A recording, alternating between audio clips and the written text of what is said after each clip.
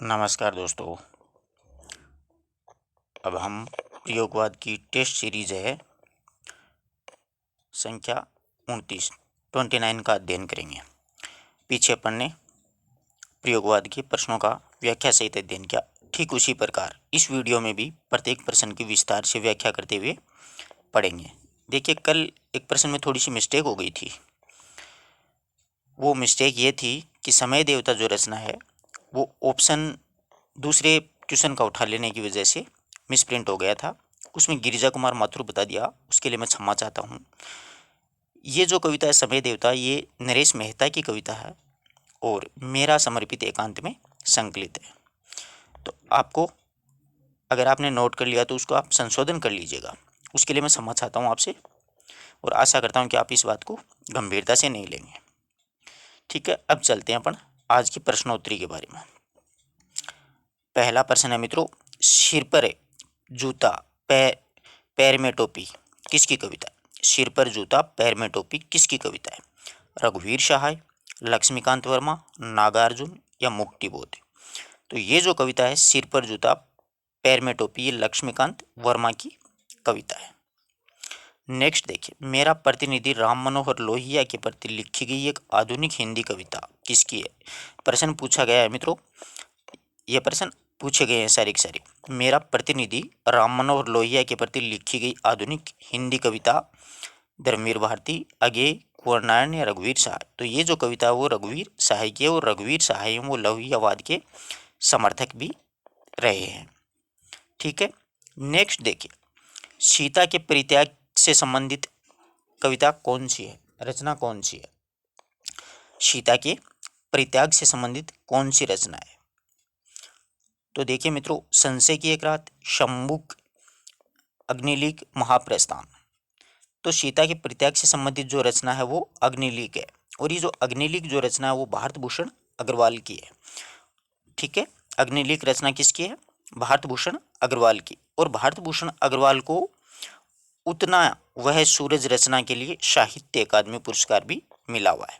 अब चर्चा करते हैं अपन संशय की एक रात, क्योंकि अक्सर परीक्षा में ये पूछी जाती है संशय की एक रात।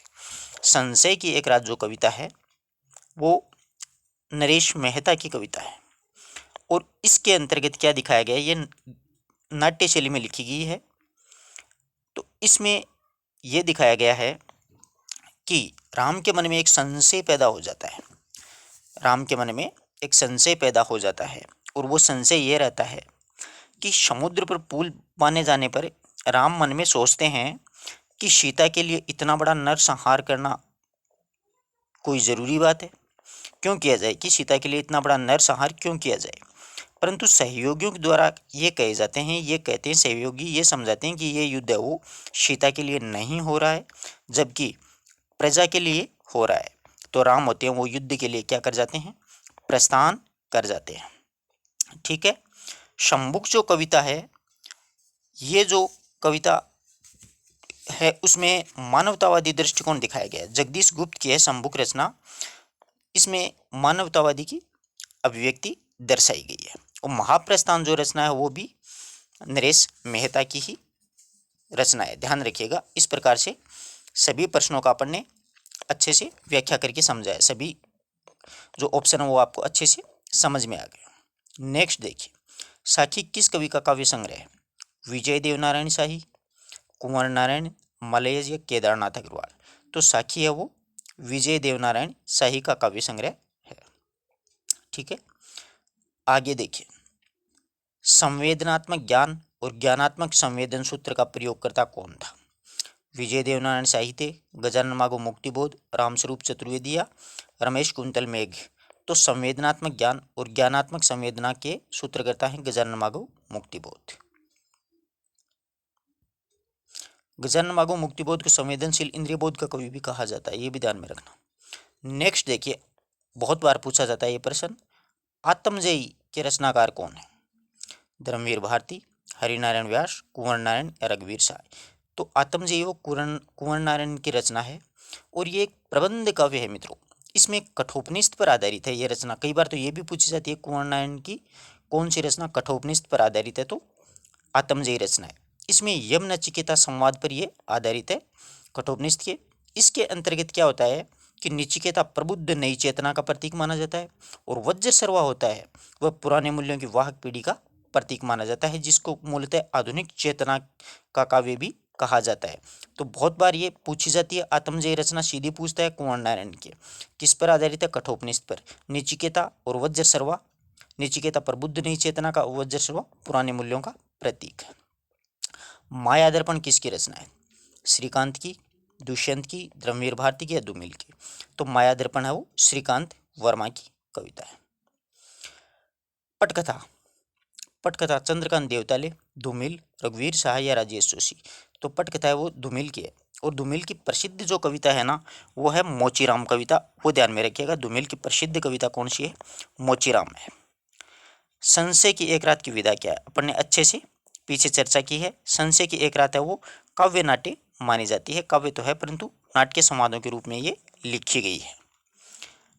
नेक्स्ट देखिए, कौन से कवि को ज्ञानपीठ नहीं मिला, कौन से कवि को ज्ञानपीठ पुरस्कार नहीं मिला। दिनकर को मिला हुआ, उर्वशी कितने नावों में कितनी बार के लिए अज्ञे को मिला हुआ है, और कुंवर नारायण को समग्र के लिए मिला हुआ है। धूमिल को ज्ञानपीठ पुरस्कार नहीं मिला हुआ है। आगे देखिए, निम्न में से किस काव्य पर साहित्य अकादमी पुरस्कार नहीं मिला है। अकाल में चार्ज के लिए केदारनाथ सिंह को, मैं वक्त के सामने के लिए गिरिजा कुमार माथुर को, दो पंक्तियों के बीच में राजेश जोशी को, सतरंगी पंख वाले नागार्जुन, नागार्जुन को नहीं मिला हुआ है। नागार्जुन को वैसे साहित्य अकादमी पुरस्कार मिला हुआ है मित्रों, वो मैथिली भाषा की एक रचना थी पत्रहीन नग्नगाछ, उसके लिए मिला हुआ है, सतरंगी बाहों वाली के लिए नहीं मिला हुआ है।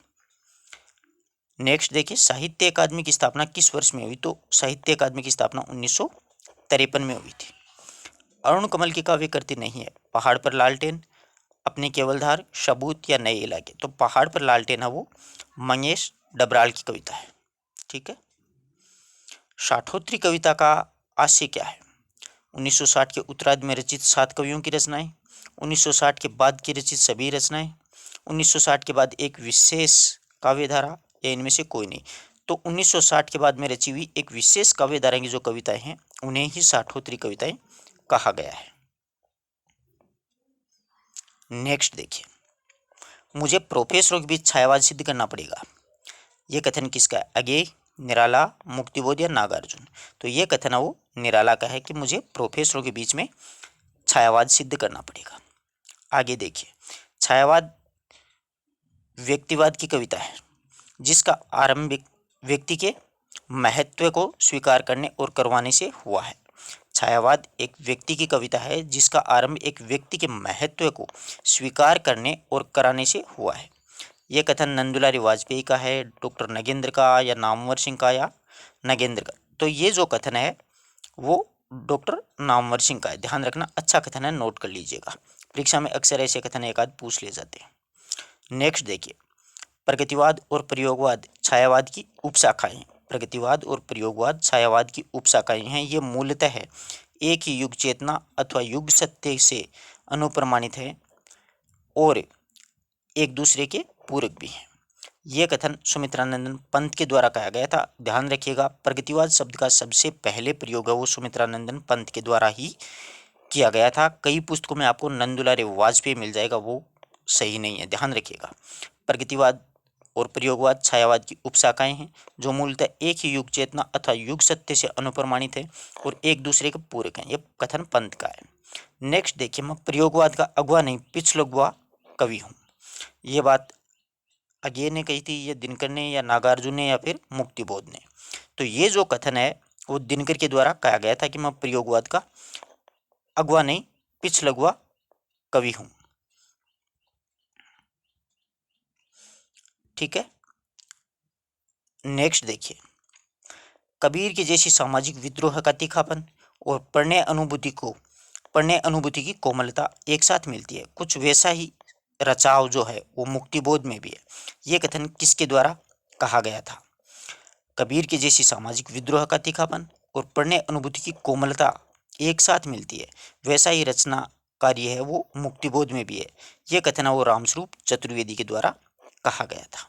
नोट कर लीजिएगा, ऐसे कथन एक आध अक्सर परीक्षा में पूछे जा रहे हैं।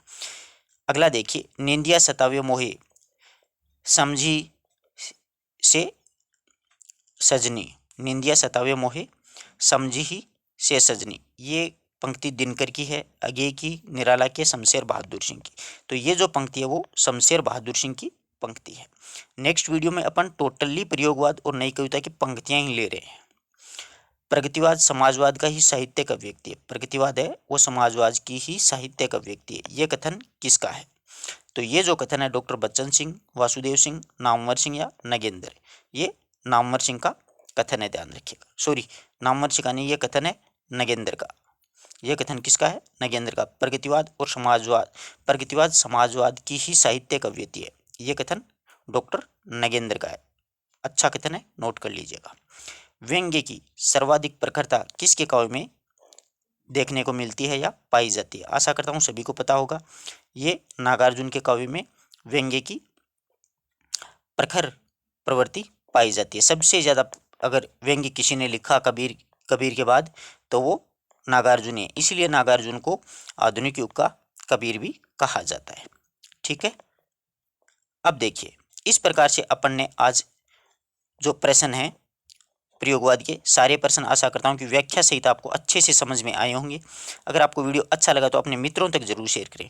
मैं इस प्रश्न की चर्चा कर रहा था मित्रों, कल ये प्रश्न था वो अपना समय देवता किसकी कविता? ये गिरिजा कुमार माथुर। यहाँ पर ये गलती से हो गया, ध्यान रखिएगा। नरेश मेहता की कविता है ये। किसकी है? नरेश मेहता की। और दूसरी बात, इसके अंतर्गत है वो मेरा समर्पित एकांत उत्सव में संकलित है ये समय देवता। इसकी चर्चा कर रहा था। ठीक है, मिलते हैं एक नई वीडियो नए टॉपिक के साथ। तब तक के लिए नमस्कार।